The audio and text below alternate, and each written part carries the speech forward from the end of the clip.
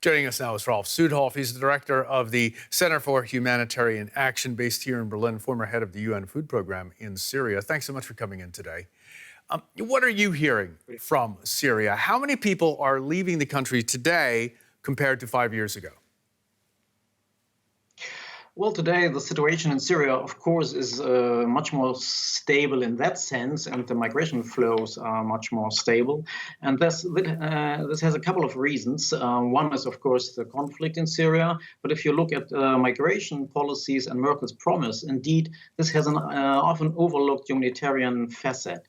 Merkel promised we have overseen assistance to Syrians in Syria, in the region. We've neglected it, and I can confirm I was in charge of some of these programs at that time. That support went down to like 50 cents per person per day in a country with often European prices. So she made a promise, and she delivered on that one. Merkel said, in future, we will fund 50% of the humanitarian needs in Syria and the regions to be a role model for other countries. And she delivered on this promise in a financial way, but in some other policy ways on how this funds and the humanitarian role of Germany is playing out today. There's much more to do. You mentioned that the situation is stabilized. What's behind that development?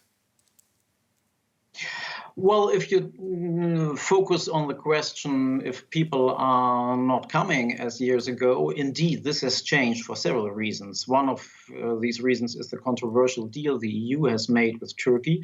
It's also the situation on the ground that people simply can't leave Syria as the borders are closed, and in neighboring countries, it's pretty much the same.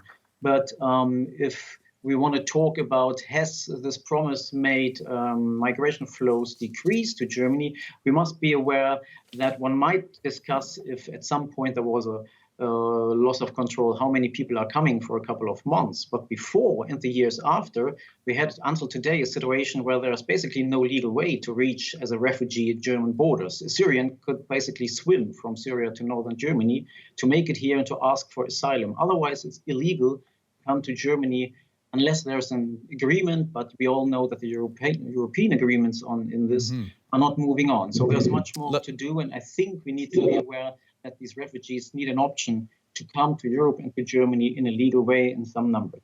Okay, let's take a look forward to the refugees who are here and want to return home. Do you see the possibility of enough rebuilding in Syria, enough financing that you've been talking about, including from Germany, to create conditions for those who fled and want to come home to do so? At this point, I think all experts agree that the situation isn't given to allow this, and this is several reasons. One are the economic ones and the great destroyment in Germany you mentioned, but others are very political. It's obvious that refugees are not welcome going home to Syria. Rather, they will be discriminated against. They are the last ones getting even their old house back, and there are a lot of laws which make it very, very difficult for them even to think about coming back, let alone the security situation and if this would be a safe way. So we have to deal with this challenge, as so many neighboring countries of Syria have, who've taken much more refugees on board. But I think, indeed, Merkel in some ways was right. We can make it, and I think we've demonstrated that Germany can stand this and that we can host these refugees and should even think about taking the burden of other countries. If you look at the Greek islands, at Moria, hundreds of sick kids, and Germany promised to take them to Germany 6 months ago, and not even the 240 promised us today here. So we have to take a burden, even if we can only proceed with a couple of the major European countries.